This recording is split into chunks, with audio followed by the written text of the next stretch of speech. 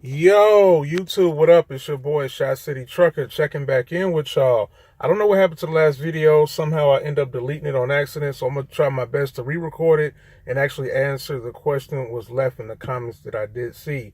Getting right to it, can you or do you have to take the empty trailer home with you when you go home? Yes and no. If you're doing a 34, most of the times they want you to take the trailer at from wherever your last drop was, and they'll have you take the trailer somewhere and you bobtail home. Or sometimes you actually can keep the trailer on you. Now, if you don't have adequate parking at the house, that goes without saying. But that's to answer your question on taking the empty trailer. So it's kind of hit or miss with that. But 9 times out of 10, just prepare to bobtail home. They'll have you drop it somewhere. Schneider IC. The good times. Not everything here is all business, serious, go, go, go, revenue, stressing out, freaking out. There are times, and a lot of times, you get out here, you find your nice little running lane, and you can have some fun. The best part of Schneider IC choice is you get to choose. You get to choose wherever in the world, wherever in the country you want to run. You get to pick and choose how you want to run, when you want to run. The best part is you don't check in with anyone when you want to go home. You don't have to call a manager, hey, I've been out here 3 weeks, I want 3 days at home. No, you just go home.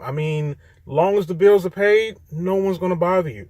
And even when the bills aren't all paid on the truck, no one's going to bother you, because come next settlement, whatever you didn't clear and take care of truck note wise on the current settlement, they're going to take that right off the top the following week. So don't get too far behind. It happens. You end up going to the hole or not making enough revenue. You're trying to learn everything. There's a huge learning curve, so it happens. But you want to, make sure that don't happen. But, one good time. It happened with me, and I know how that feels to, not bring home a check and, get all excited and come to find out, you ain't getting nothing at all. But, it happens.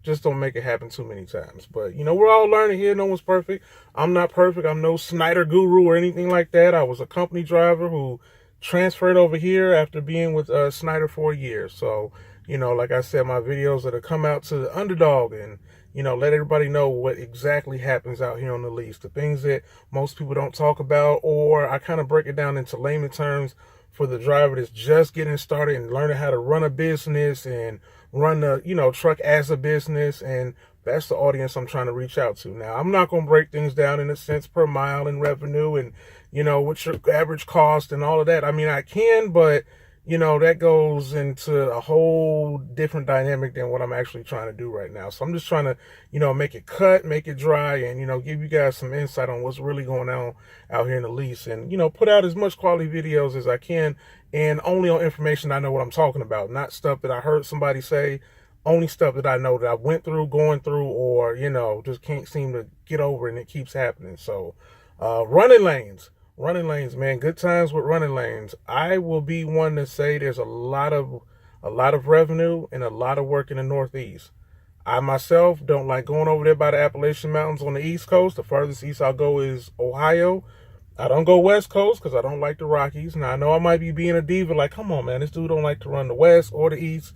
Where do you run? I like to run the Midwest. Illinois, Indiana, Ohio, Michigan, Wisconsin. Now, do loads. Sometimes the loads may not go where you want them to go, and you have to kind of travel outside of your comfort zone to make the revenue you need to make. But once you get, acclimated on things here, you'll be able to, kind of bounce around and, make your own lane. Now, Midwest works for me. There's a ton of freight. When I say there's a ton of freight, that doesn't mean it's all paying, all this, $2, $3, $4 a mile. No, there's a ton of freight, meaning there's a lot of stuff to move. All of it doesn't pay well, but if you, find a load that you can fit in connection with a previous load or a load after, that's how you make your money. It's not all high dollar freight. Like, I'm going to get this load paying $2,000. I'm going to get another load paying, $2,000. And that's going to be my week. I made $4,000 and only pulled 2 trailers. Don't look for that.